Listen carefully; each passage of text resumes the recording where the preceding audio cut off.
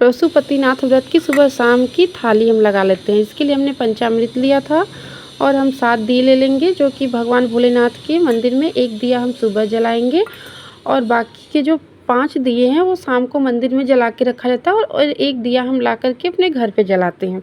तो हमने दिए जला लिए हैं। कुछ मैंने माता पार्वती के लिए सिंदूर, पीला चंदन, सफ़ेद चंदन, थोड़ा सा गुलाल, काली तिल, अगरबत्ती हो या धूप बत्ती हो, फूल ले लेंगे, बेलपत्र ले लेंगे, माचिस साथ में रख लेंगे। ये हमारी 2 सुबह शाम की थाली लग गई और हम 1 लोटा जल ले लेंगे। जल इतना लें कि दोनों टाइम आपका काम चल जाए। मंदिर में हम चले गए, भगवान का हम जो मंदिर को साफ़ सफाई कर लेते हैं। देखिए 8 से 9 तक राहु काल होता है तो नहीं, और जल भगवान को पहले एक साइड उधर देना चाहिए, जो कि सर्प है तो सर्प के पास में देना चाहिए, नहीं है तो फिर आप उधर जल दे दीजिए। दोनों साइड में दे के फिर ऊपर पिंडी पे जल दीजिए। और पंचामृत से भगवान को स्नान ध्यान करने के लिए पहले पंचामृत से स्नान कराएंगे भगवान का। इसमें हमने दही ले लिया था, दूध, शक्कर और शहद वगैरह जो भी है सब मिक्स करके भगवान से एकदम साफ़ करके और भगवान से मनोकामना करनी चाहिए कि भगवान हमारी जो भी मनोकामनाएं है उसे पूर्ण करिए। मैंने आपका पशुपतिनाथ का व्रत किया है, हमारी मनोकामनाओं को पूर्ण करिए। देखिए हमने पूरा भगवान को अच्छे से नहला के साफ़ सुथरा सफाई कर लिया है। इसके बाद भगवान का हम श्रृंगार करेंगे भोलेनाथ का।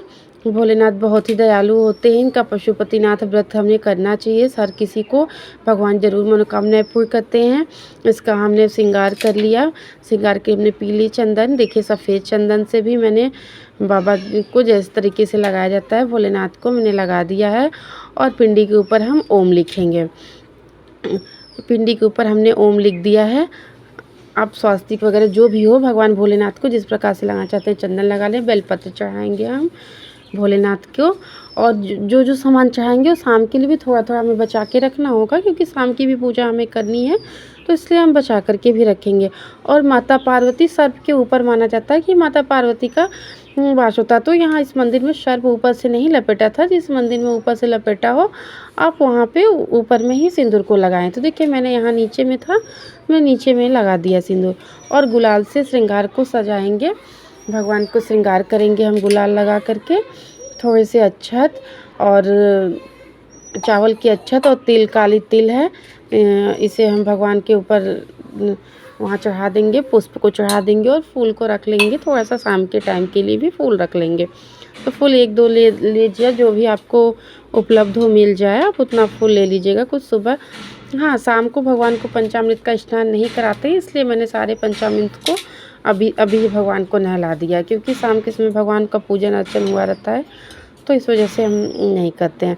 भगवान के लिए कुछ मीठी चीज़ें, इलायची दाना हो या तो ताड़ मिश्री या जो भी हो मीठी चीज़ें, तो मैं हर बार मैं ताड़ मिश्री ही लगाती थी। इस बार मैं झटके में चली आई थी तो मैंने ध्यान नहीं दिया, तो मैं इलायची दाना था उसमें इसलिए मैंने वही लगा दिया, क्योंकि थाली मैंने छोटी रख ली थी और पूरा आइडिया नहीं हुआ। भगवान की आरती करेंगे, आरती पूजन अर्चन करेंगे, धूप जलाएंगे, भोग लगा दिया है मैंने। तो थाली में आ नहीं रहा था तो इसलिए मैंने नहीं किया है। और आप थोड़ी बड़ी थाली लीजिएगा जिसमें सभी सामान आ जाए। मैंने पूजा के लिए थाली निकाल के रखा था, इसलिए मैं घर की थाली नहीं ली थी। देखिए भगवान का पूजन हो गया सुबह का। अब नंदी बाबा की पूजा करेंगे। नंदी को हमने जल से नहला दिया, इन्हें भी वही फूल बेलपत्र, धूप अर्चन जो भी है सामग्री, फूल वगैरह सब कुछ नंदी बाबा को चढ़ा करके उनके कानों में हम प्रार्थना करेंगे कि हे नंदी बाबा, आप हमारी संदेश को भोलेनाथ तक पहुंचाइए। हमने पशुपतिनाथ का व्रत किया है और आप हमें हमारे व्रत को पूर्ण करने में हमारी मदद करिए। हमारे भोलेनाथ तक हमारी बातों को, संदेशों को पहुंचाइए। तो देखिए नंदी बाबा के कान में मैं कह रही हूँ नंदी बाबा से। और आप ना मंदिर में भोलेनाथ के जाने से आप लोग 3 ताली बजा कर के जाना चाहिए। वो तो मैं वीडियो शूट नहीं कर पाई क्योंकि अकेले थोड़ा सा दिक्कत हो रहा था वीडियो शूट करने में। देखिए शाम का अब हम पूजन करने आ गए। देखिए सब चीज़ बिखर गया है, तो इस टाइम जल की हल्का सा छींटे बस देते हैं भगवान को, थोड़ा सा जल, बहुत ज़्यादा जल स्नान नहीं कराते हैं। और बाकी सब पूजन अर्चन जैसे करते हैं। हमने भोग के लिए सूजी का हलवा बना लिया था, तो सूजी का हलवा या कुछ भी आप चीज़ें जो भी बनाना चाहते हैं प्रसाद के लिए आप बना लें। तो प्रसाद के लिए उसे तीन बराबर हिस्सों में ही रखना चाहिए। प्रसाद जो है 3 बराबर हिस्सों में रखना चाहिए। और जो जनेऊ सुबह में ही पहनाना चाहिए। इस बार मैं भूल गई थी, तो मैं शाम को ले आई भगवान को पहनाने के लिए। तो जनेऊ आप चाहे एक बार लास्ट में करें या फिर उद्यापन में करें जनेऊ, या तो फिर आप हर बार में करें जनेऊ। तो जनेऊ को पहनाया जाता है भगवान को। तो देखिए वहीं गुलाल से श्रृंगार भी हम शाम को करेंगे। अक्षत को भी छेड़ दिए हमने। जो चीज़ें सुबह में हमारी छूटी हुई थी, तो आप पूरे वीडियो को अच्छे से देखेंगे तो आप पूरा विधि विधान से कर पाएंगे। देखिए मैं 5 दिए जो है 6 दियों को नीचे उतारते हैं।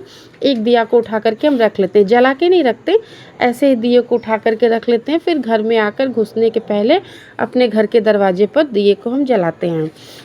देखिए हमने 6 दिए को उतार लिया है। और जो प्रसाद हम चढ़ाएंगे, तो प्रसाद को 3 बराबर हिस्सों में, ना कम न ज़्यादा नहीं करना है, बराबर हिस्सों में रख लेंगे। 2 प्रसाद भगवान के मंदिर में हम छोड़ देते हैं और 1 प्रसाद को हम घर ले जाते हैं। प्रसाद को हम उसे ग्रहण करने के बाद आपकी इच्छा हो तो भोजन करिए, नहीं इच्छा हो तो कोई बात नहीं, प्रसाद खा करके आप रह सकती हैं। हम तो प्रसाद खा के रह लेते थे, बाकी लोगों से नहीं रहा जाता, तो वो लोग अपना ये रात को खाना खा लेती हैं। देखिए तो 5 दिए मैंने जला दिए। मैं बारी बारी 5 दिए को भगवान को दिखाऊंगी, धूप और दिए को। देखिए ये सूजी का हलवा मैंने बनाया हुआ था, तो दो चढ़ा दिया मैंने ये भगवान के पास। एक और तीन एक का वीडियो नहीं दिख रहा है, 3 मैंने चढ़ा दिया। एक को मैं अपने बाद थाली में रख लूँगी जाते समय। और जो जल बच जाता है हम पूजा करने के बाद, वो जल को हम घर में जा कर के पूरे अपने घरों में छिड़कते हैं। देखिए इधर जला लिया हमने। और देखिए हम लोग घर पे आ गए हैं। घर के बाहर गेट में घुसने से पहले हम दिया को जला लिए